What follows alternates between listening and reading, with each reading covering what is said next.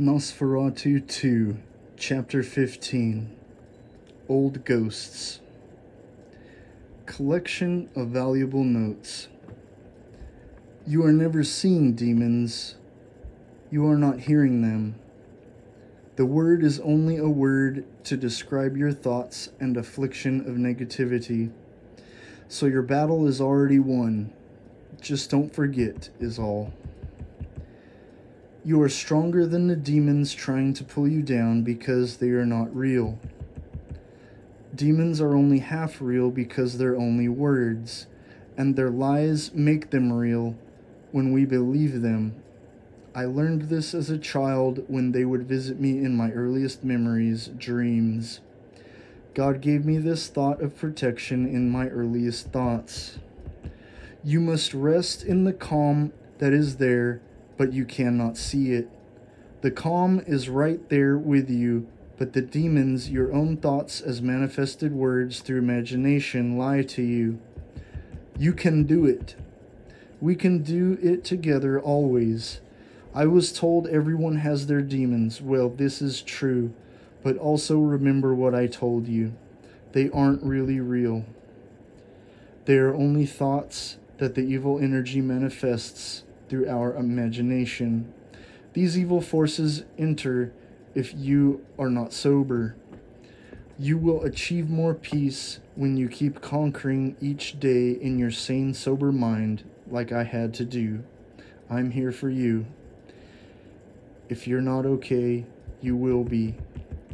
Tell yourself as a reminder that you are not the problem because you are making an effort while they are not. Thank you so much for trying. They are in fact bringing you down, not yourself. Only choosing to not be sober does this. Choosing to not be sober allows demons to enter. It is the same for every single person if they choose to see it or not. Most are blinded. You can see already. Everything in life, every moment, is a silent battle of good and evil energy around us with our decisions. Every person is fighting these silent battles as the good and evil forces of the universe are in their higher dimension fighting, while good always ultimately prevails. Trust this fact of actual real science. Pure positive wins always. Pure positive is not philosophy, but I make a philosophy about the dynamics of words to describe and build upon the foundations of proven energy. Pure positive energy is the fact I remind you of. The proven power in life that is our source of real energy to overcome. Pure positive, when thought of in physics, manifests and not only destroys negative, but converts to positive. This is why evil never wins, unless we ourselves give it power to do so. Physical facts. Even so, the universal energy is not set up to sustain negatively. Trust this. Trust the way of the universe, not against it. Then you become destroyed like all else who go against the grain instead of with the grain. Going against the grain creates rough edges until utter destruction. We just have to go with the flow, as they say. Thank you. Brian Mueller, aka Old Ghost. Notes in sobriety during the coming of the first year, 2023, with no alcohol and no smoke. Previous downfalls. Some people die in their dreams. Others find ways to live in them, to escape in them, from the outside world that their own naturally good hearts reject. In the New Age, Brian Mueller was known as one good, strong creative until turning into a living ghost, to be forever cursed as a wandering spirit, looking to find any good left in the world. Brian's good spirit, soul, and essence went back to the power of the sun when Brian died. But the old ghost became a living death before this happened. Abbas wanted to do this in the old world of evil he lived in as well, to escape mental torment from all around him. His Siamese chimera brain was more unique than Aram's dual brain because in Abbas's skull were identically the same person, and technically all four lobes rightfully belonged to Abbas. Aram was jealous of Abbas's sound mind because his conflicting brains were at war with each other. So Aram infected Abbas with the leech's own thought-projected mind. The truth about Aram is very tragic, as Abbas's purely creative sides of his brain were compromised by the telepathic psychic vampire. This first New Age Nosferatu was the son of two vampires of old. Aram the Leech was the last birth conceived from any old Nosferatu between two old failed beasts. Aram the Leech would have been the last of the originally failed vampires, but he was a new kind of Nosferatu due to the changing of the tides between good and evil. With his parents' final decision, Aram's father forced his mother to breed with a human, to continue breeding the toxic giant children, but Aram's own monstrous father killed Aram's mother. She gave birth to something that was not like the others who were killing human women every time the male Nosferatu would come into human women. The result was not as the demonically driven Nosferatu of old had wished or imagined, since the power source and essence of the real Nosferatu that gave power to these failed ones decided the original Nosferatu had failed by making themselves extinct, by their selfishness through bitterness. No more is needed to be said about these old failed vampires because these original Nosferatu were so despicably vile that their demonic nature made them unlovable. All the original Nosferatu knew this ever since Aram the Leech's mother died. Aram never had a chance and joined in on the same fate as all who went along with the defying of what was supposed to be by creating the tombs of what might be. The last usage of this old evil power trick was the preserving of this condemned evil knowledge that Aram the Leech milked dry by entrapping the sweet Micaiah after the Leech finished covering up his own failed family history, proving his shameful existence as the last remnant of the original vampires of old. All this did in reality was create a strong creative within Micaiah after the Leech completed sealing his terrible fate, just the same as Charlie Manx did in his own devilishly selfish way. She was the essential, final, super strong creative that all the Nosferatu coveted and envied because she could not be attained, so they contained her. This was the biggest mistake the Nosferatu ever made, because the power source to defeat all Nosferatu, that is the true source of all good power, was with her, and all she stood for. All the good-hearted spirit souls that left their lives in suffering for goodness' sake went back to the power of the sun, and it was to be used to destroy the evil negative energy throughout the cosmos and in the earth. The evil essence and power source of the Nosferatu knew the time was up, so the vibrational waves trembled. Micaiah was beginning to sense the feeling within her confinement. Victoria McQueen led the ghost troops of nobility through the sands of time beneath the earth. They encountered the most extreme elements of all the major four, and these things were merely a test to prove their strength and worthiness of the one true all-powerful source of goodness. This is what the story of Nosferatu and Nosferatu 2 is all about. When that old Crown Victoria came with Bing Partridge behind the wheel, Vic's ghost knew what she would be seeing before she saw it, and she had to tell herself that what she saw was not manifested by her own making. This was a silent mental battle Vic McQueen had to fight alone, and she already knew she was strong enough. Vic McQueen had already won the battle within her mind through all her acquired wisdom in life, and again in death as she lived in her eternal spirit. Janice stayed with Millie, Wayne, Maggie, and Lou. She educated them on basically everything. Janice was fulfilling her destiny as a truly good, strong creative.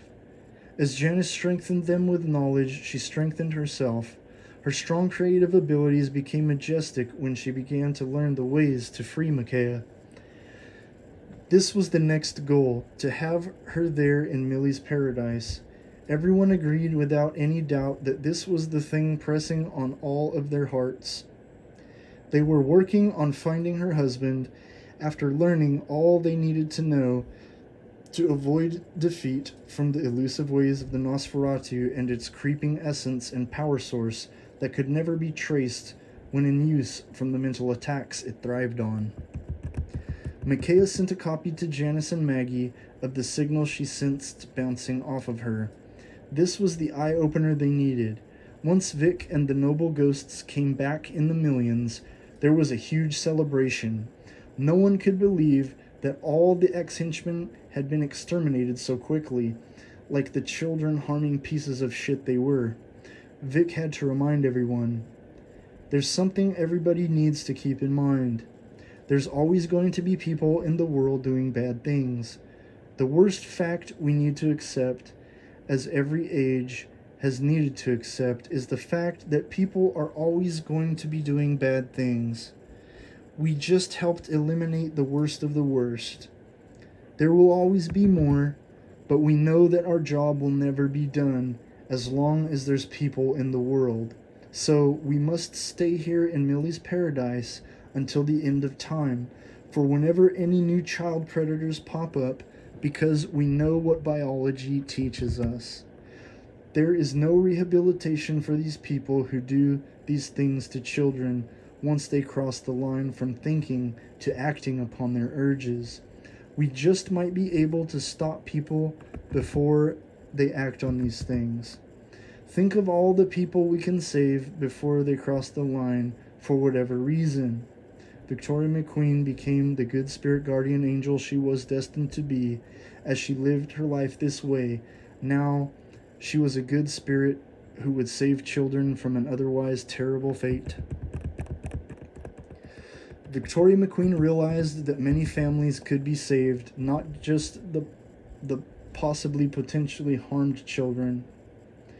If she could cut the sources at the root, then there would be no more room for repeat errors against the innocence of humanity. This meant ending addiction. She learned one valuable thing in life. There was no getting someone to stop something if they did not want to stop. Vic begged her mom her whole life to quit smoking along with her dad, and begged her dad as a little girl to quit all his drinking. Over and over she begged, but when it came down to it, they liked it. They loved all the bullshit that came with it, because if they didn't like it, they would have really made an effort to fight their selfish urges along with the cycles of suffering. The thing she needed to focus on now in death as a good ghost was to think of a way to get people to want to stop. A huge shift was made after Vic sent the ex-henchmen to hell. During this celebration, after her speech was said during her toast to all the many million souls of the army of good doers, everyone came up with the same solution. There was no way around it. Families needed to be as strong as possible in real love to stay free of any kind of damage. If they could educate people about the cause and effects they had heard, witnessed, and lived, and seen firsthand in their lives, then all the damage of the past could be erased and blotted out of the book of life. This was the new mission and fueled their strength to fulfill their lives beyond the flesh. They had found a new way instead of fighting with life and death by causing death. To prevent any domestic violence, they understood better than anyone all the big W's and that very big H, the hows, whos, whats, whens, wheres, and whys. There were 2 more souls added to their army when all was said and done. Cammy and Stu. Their story is comprised in another book, all of its own, as the files of their lives coincide with the Order of the Leech. These 2 spirit souls enhanced the power of the pure positive energy source. Their files were documented after they had lived quite the life, although be it short, while their impact had destroyed another terrible evil behind everything that gave power to the specific power source and essence of the NOS4A22. These are the most painful stories of tragedy, and through them, their stories tell another story. The story of hope flows through us all. Hope renews the spirit and revives life, even in death. These stories of their many tragedies are here for us to learn. Part of learning is to not allow ourselves to forget. How else can an individual learn if they are not taught by a good teacher? A bad teacher will corrupt good morals. A good teacher will prevent this. All the mistakes of humanity were being corrected, first through trial and error, throughout age after age. Then we arrived at this new and wonderful point. Moving on in life is the greatest self-empowering achievement when a person is able to move on from what imprisons them. They had arrived. It took Millie having to take Wayne by the hand and move him from his place that was going to be his demise. Poor old Lou had no idea, other than he knew it wasn't good for his beloved son to be away from his mother. He had no idea how to fix this because previously Lou accepted the fact that his wife and love of his life was dead and gone. He also knew that ghosts couldn't just hang out all the time like some cartoon or some bullshit. Lou was a realist, God bless him. Lou was the man. It was so wonderful for everything to happen the way it happened, no matter the terrible destruction of the past. The good doers were able to overcome each and every attack that had previously broken their spirit in their lives of the flesh. When everyone had learned of Aram's secret and all the old eliminated pathways and corridors of ancient evil that contained the remnants of the failed experiments with the old failed Nosferatu, the celebration intensified. There was such a great radiance of pure positive energy that there was no need for any kind of substance that would alter their minds. The celebration itself was their intoxication and their natural high feeling, from the source of goodness, kindness, and love. All those once broken souls were showered with love from the pure positive source itself. The fear that struck the evil power source and essence of the Nosferatu made the rippling effects that started to help Micaiah break free from the disgusting hold upon her. The Nosferatu knew its power was dying. The power source knew it needed to let her go, and at the same time knew it could not. The desperation within the actual source of evil kept being taken down by notches, like a javelin runner and jumper repeatedly failing to make the bar. There was no making this out alive again. The evil energy source showed in its panic by sending these reverberations. When it was time to strike, the army of good, strong creatives wasted no time. Their mission was quite clear. Add years to life correctly, away from any manipulation of the telepathic psychic vampire. To move on towards the utopic age, away from the prisons of time, they would thrive in Millie's paradise, and even grow abundantly as they became brighter during that dark night, and shined as the good light for all of the world to be lit by. Before, they had to learn from their flaws and all of their mistakes. Pain was the greatest lesson of all, because pain doesn't allow people to forget. It is good, essential, right, and true to forgive, yet the good doers knew there was an important lesson to be taught by not forgetting. It is important to forget feelings that are self-damaging while remembering the good lessons from each and every experience in life. No one can enjoy anything properly when they self-medicate. The victims saw themselves not as victims, rather they recognized the Nosferatu as the ones who made the children corrupted and ultimately destroyed children by the selfishness that drove the evildoers. The Nosferatu, it is they who are responsible for creating the victims. These poor souls that were the millions of found children's ghosts learned the lesson of forgiveness even in death, as all the healing began to shine through their spirits. This was the redemption of the saints, after their blood cried up from the ground for all ages passed through time. Time was about to end. Time was the factor in the equation that was being eliminated for both good and evil. The evil panicked, while the good rejoiced. Time ticked away, and the ticks and tocks clocked on all the heads of the hateful. The hateful were taken away from the equation, and so was time. The abolishing of evil acts and deeds had a new plan that would prove to be most successful. Millie and Wayne went to get Micaiah's husband-to-be. They went with Janice and Maggie, while Lou had the important task of staying in Millie's paradise to keep in direct contact with Micaiah. They had beautiful conversations, sharing their hearts and all the stories they had to be told. Then, after reminiscing about their experiences in life, the bond grew tight as it could possibly be, because they developed a solid picture of their future, not just for themselves, obviously. Their plan for the future was for everyone to enjoy their lives to the fullest, in a place free of self-destructive habits that destroy children, and in turn naturally destroy family units. Millie used her incredible powers now for good, and with this phenomenal change created a lovely change in Wayne as well, since their hearts were aligned the same as the energy source that helped them get to the next level of spiritual enlightenment. Specifically, that boost came from the spirits of Cammy and Stu that went into them. This power went to and from Millie and Wayne, giving life and hope to all who were connected in this bright and brilliant golden light.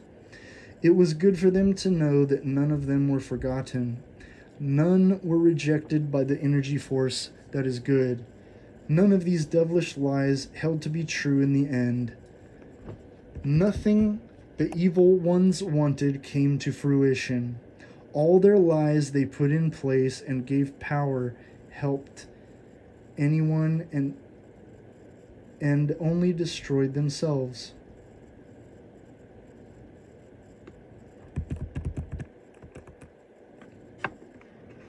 All their lies they put in place and gave power helped anyone and only destroyed themselves.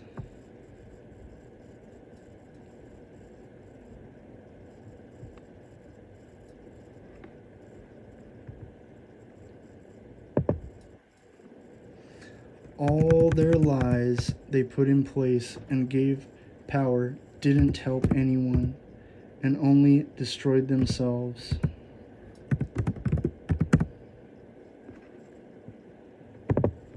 Micaiah's husband was Ryan Hendricks. He adopted the name because he didn't want to use his real last name, not because of any personal reason other than the one that was not what people thought. His birth name was a common name and not what he wanted to honor in the commonality of the racism that put him in the terrible situation his love had been put in.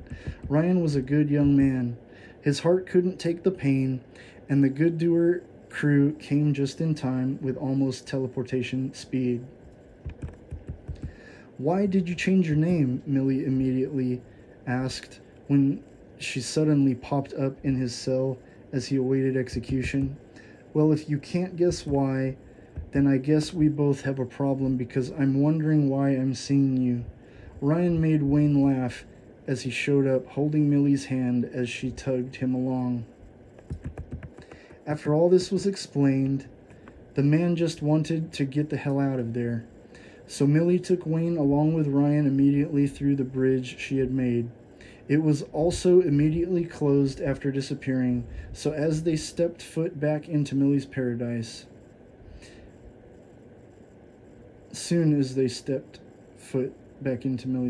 When they got there, after asking how they did that, Ryan dropped to his knees and cried both thankful yet sorrowful tears with Micaiah, his love and bride-to-be.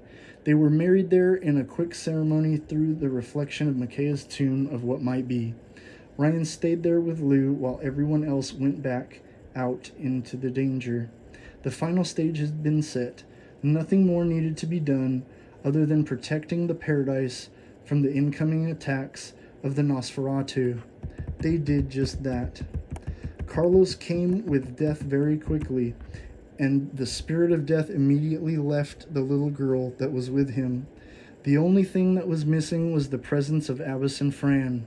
The spirit of death entered Carlos and then left him, as the good within him propelled the actual spirit of death. When this happened, the power source and evil essence of the NOS4A22 became so frightened that it began to rapidly age Carlos. He aged so much that the skin on his bones fell off. Carlos returned to the spirit. The spirit that was left remained with him, and he was now with the good souls who protected Millie's paradise.